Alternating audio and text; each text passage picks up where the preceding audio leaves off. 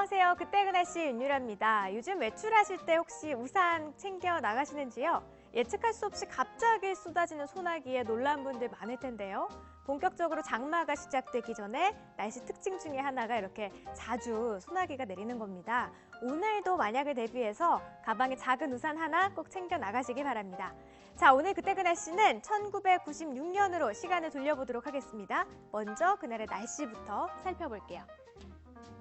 네, 후텁지근한 오후라고 제목이 나와 있네요. 전국적으로 보니까 좀 구름이 많은 날씨였군요.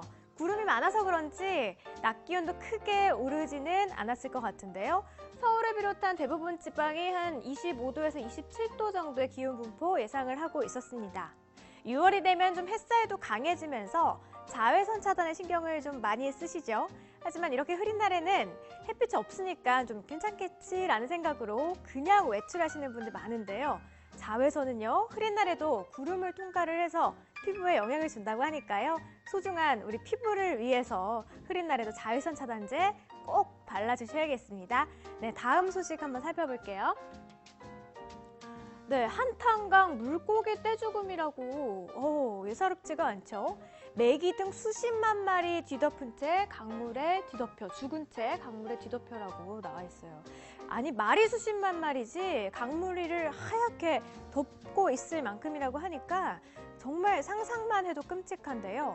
물고기 떼죽음의 이유는 다름 아닌 한탄강 근처에 있는 공장에서 비가 온 틈을 타서 폐수를 흘려보냈다고 합니다. 이 폐수 처리 비용을 아끼려고 독성 물질을 그대로 강에 무단 방류한 건데요.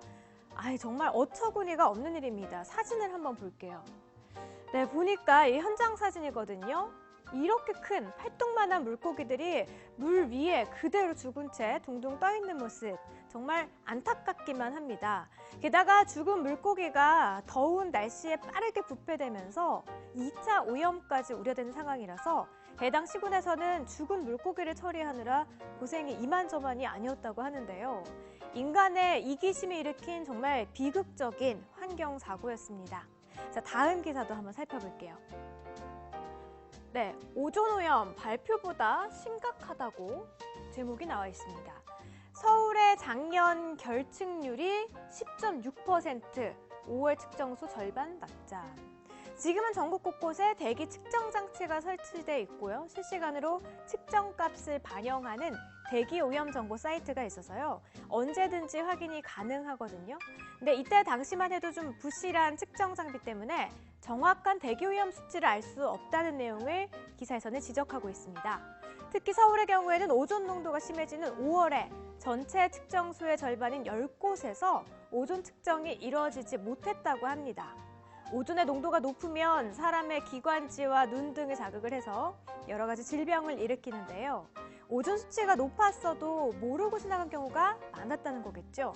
결국 이렇게 시행착오를 거쳐서 지금의 대기오염 측정 시스템이 구축이 된 건데요.